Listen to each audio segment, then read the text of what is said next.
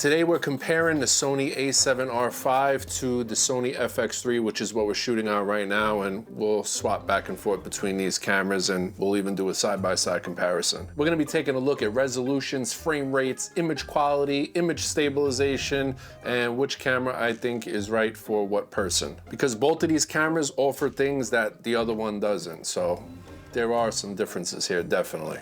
For show, for show. By the way, this is a video shooter's comparison because I'm a videographer, I'm not a photographer. I know a lot of people like to complain about these things, but you should be complaining more if I'm doing a photography review on a camera and I'm not an actual photographer. That doesn't help anybody, okay? So video. And right now we are on the Sony A7RV. Got the FX3 right here. Look at this nice, small, light, EVF-less camera body. I think it looks great. I think it's the best looking handheld mirrorless camera in ever so far. I think this is it right here. Beautiful. So first up in our test and our comparison, I want to talk about image stabilization because Sony is claiming that the image stabilization on the A7RV has been improved since previous cameras.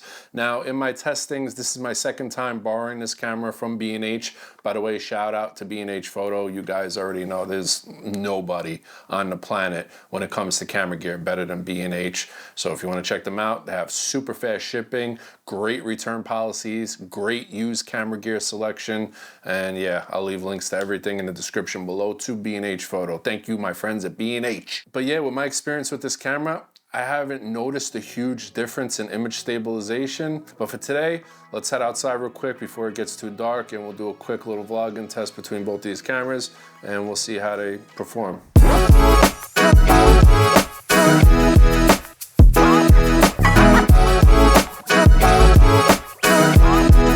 All right, first up is the Sony FX3. We have active steady shot turned on. I personally would never vlog without active steady shot turned on.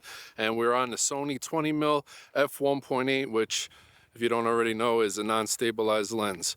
So let's get a good walk in here. I do have a fairly steady hand. I used to be a barber for a huge portion of my life, so I would hope my hands are steady.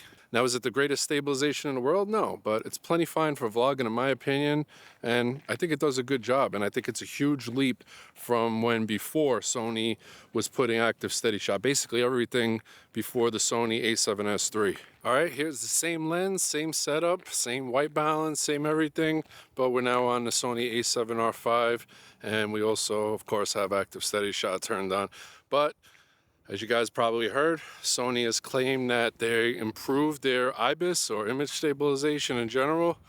What do you guys think? Does it look any better? Me, I'm not so sure. I'm not so sure I could see a huge difference. Now, we do also have the brand new super hybrid flippy screen on this camera, and I hope that's here to stay in all upcoming Sony cameras because it's outstanding. It's very, very good. What do you guys think? Let me know down below in the comments.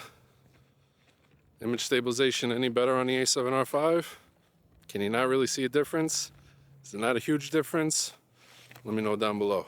All right, now let's check out the autofocus because that is one department where these two cameras, they're not, yeah, there's some differences there.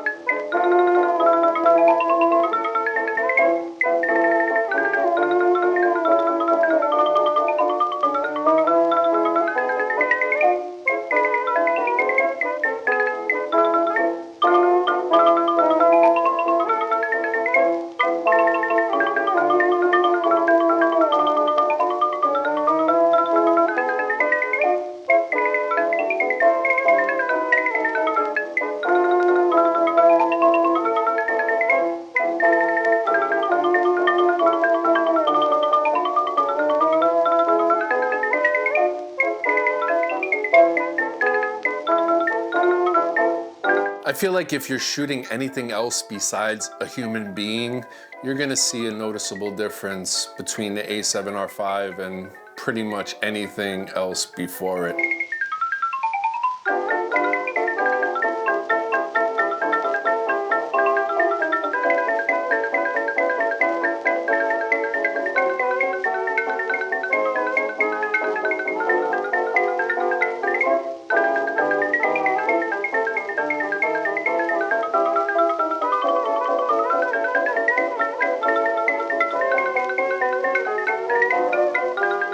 I mean, you have all the autofocus modes that you could ever ask for. You have people, of course, you have animal, birds, animal/bird, insect, cars, trains, and airplanes. I mean, it's pretty much all there, and I'm a simplistic type of guy. I think the best part about having all these different subject detect autofocus modes is that you can actually program them to a custom button to where you could just quickly swap through. And honestly, even when it comes to human beings, even though the FX3 is great and it's plenty good enough for me, it's never really disappointed me once, the A7R5 still wins this category. I mean, even if the eyes are covered or just not in frame or not in the shot, you happen to have your back turned to something like that, the AF in the A7R5 is just gonna lock onto whatever it thinks is human, and it does a really good job. Side of your head, torso, arms, hands, back of the head, whatever it thinks it can grab onto, it's gonna do a pretty good job of grabbing onto it. So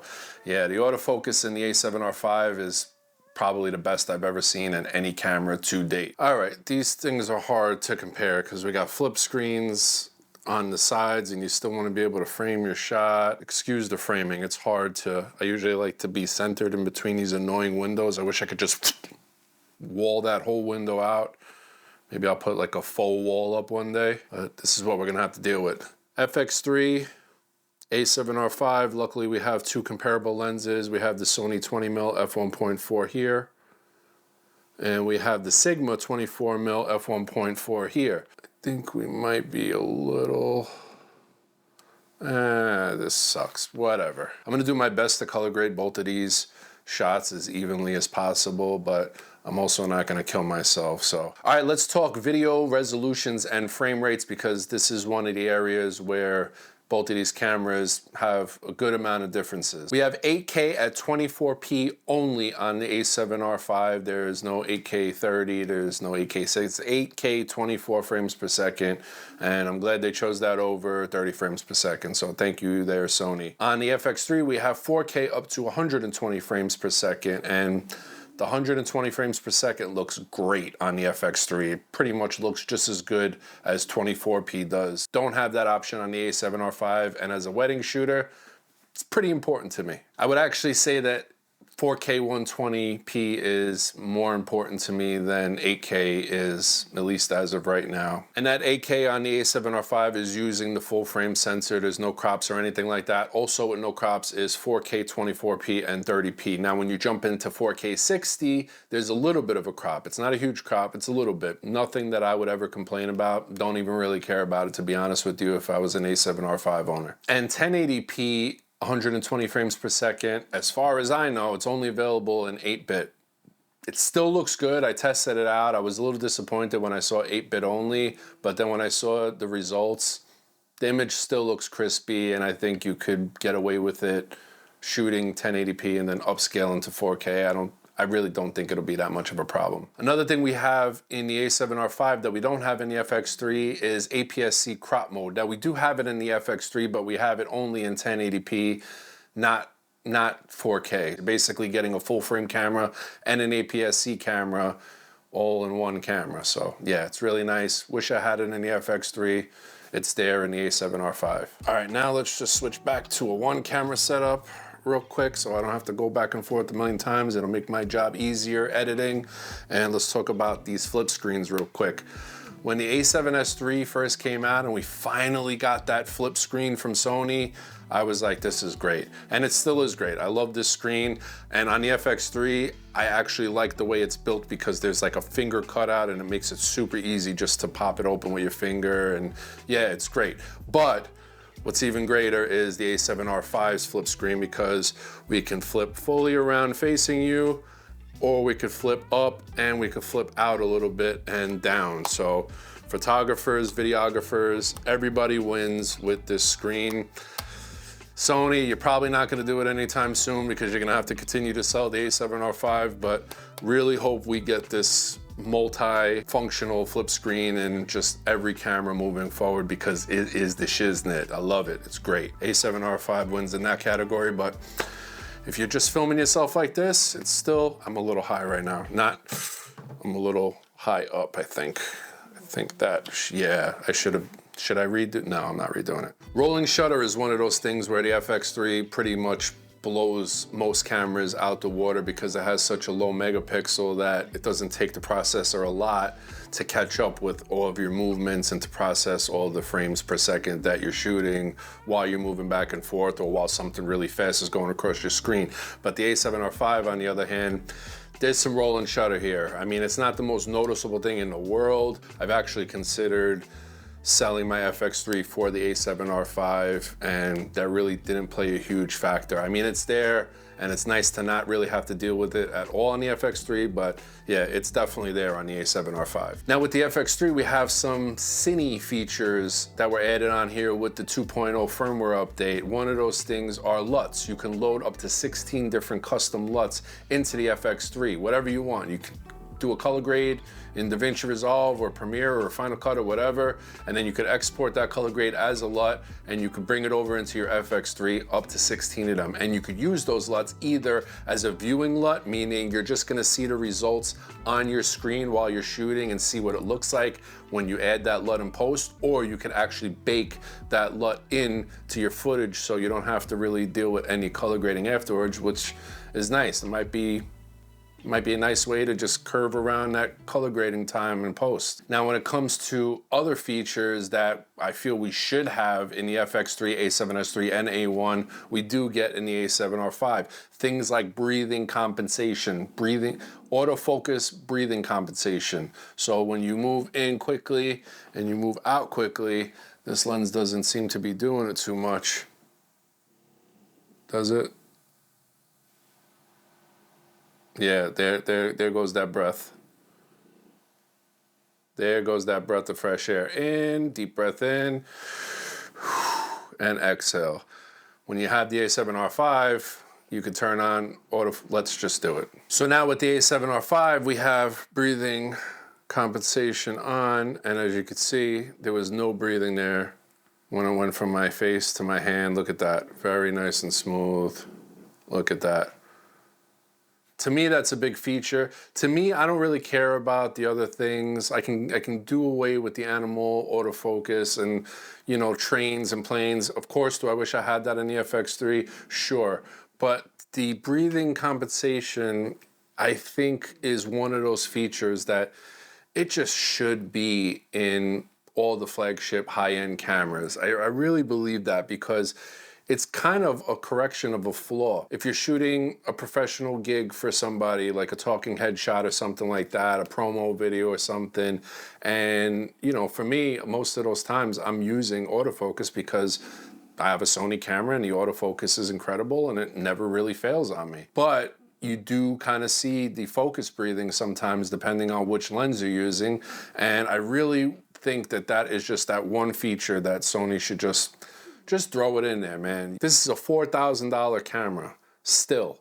It's still the same price that it was when it first came out. This should have autofocus breathing compensation. Now, as far as camera bodies go, like I said before, I'm going FX3 all the way. I think this is probably the nicest looking and most functional for a video shooter handheld mirrorless camera body that I've used yet myself personally. You have quarter 20 mounts all over the place. Some people use the EVF for video.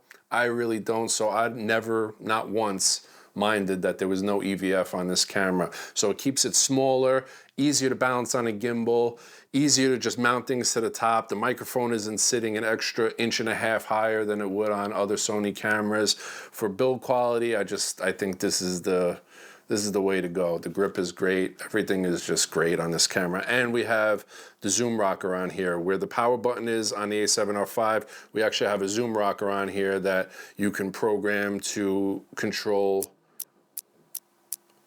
oh, what's it called? Oh, I'm farting. Oh, my brain is pooping right now. Clear image zoom. Clear image zoom.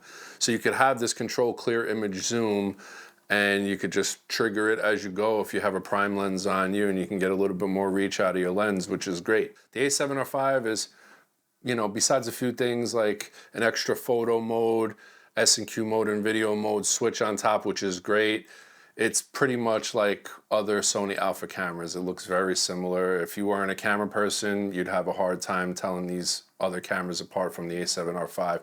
But there is one thing that I really do like on the A7R5, and that's an extra dial. They threw an extra dial up there, which I have set to control my Kelvin temperature, which is great because now I have my shutter speed, aperture, Kelvin temperature, and my ISO is on the back dial, and I don't have to sacrifice anything in order to have that Kelvin. Both cameras are priced pretty much exactly the same, like right at $4,000 plus tax US.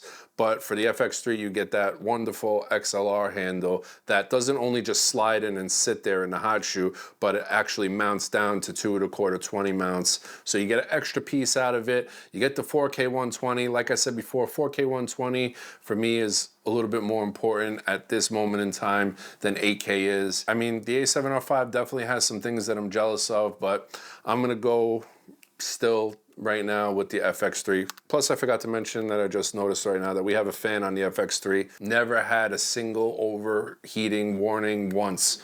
Nothing has ever popped up on the screen. It does its job, and yeah, never once experienced any overheating with this camera at all. Let me know in the comment section what you guys think. Let me know what camera you own. Do you own either one of these cameras? Do you have any problems with them? Did I miss anything that's important to you?